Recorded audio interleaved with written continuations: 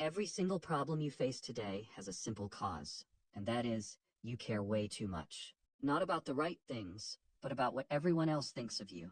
And if you're nodding your head right now, understand that what follows may fundamentally shift how you see yourself and your relationships. Now, this is how caring too much shows up in your life, and as a specific kind of exhaustion that no amount of rest can remedy it. You curate your social media posts obsessively, wondering if people will judge your choices. You change your outfit 3 times before leaving the house because you're imagining what others might say. You pursue a career path that impresses people or families at parties rather than one that actually fulfills you. You are constantly editing your own life to make sure it remains acceptable to an audience that isn't even paying attention.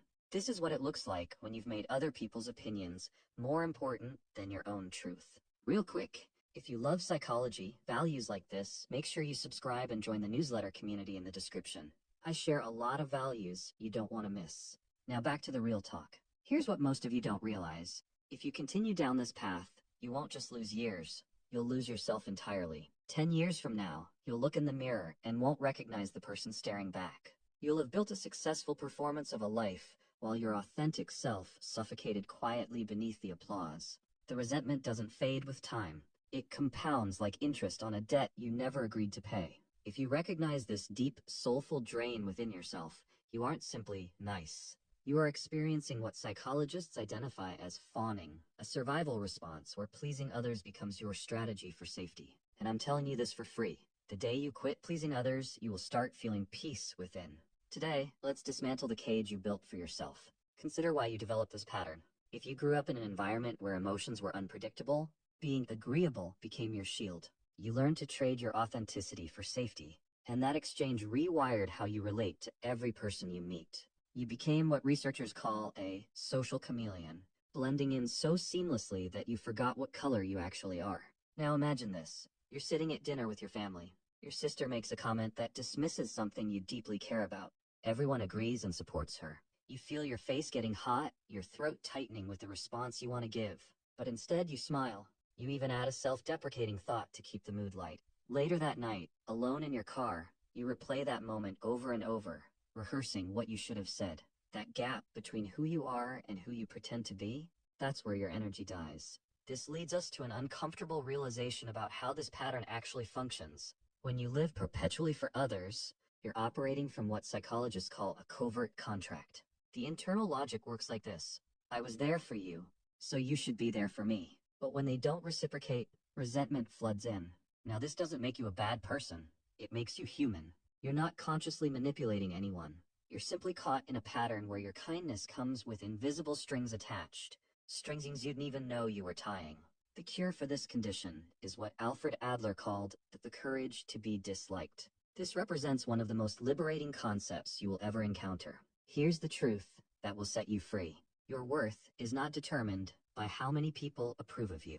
Let me restate this. Being disliked is not evidence of failure. It's evidence that you stood for something authentic. It signals you possess boundaries. And when you're old enough to realize most people aren't worth your time, being disliked can be a blessing. So how do you actually break this pattern?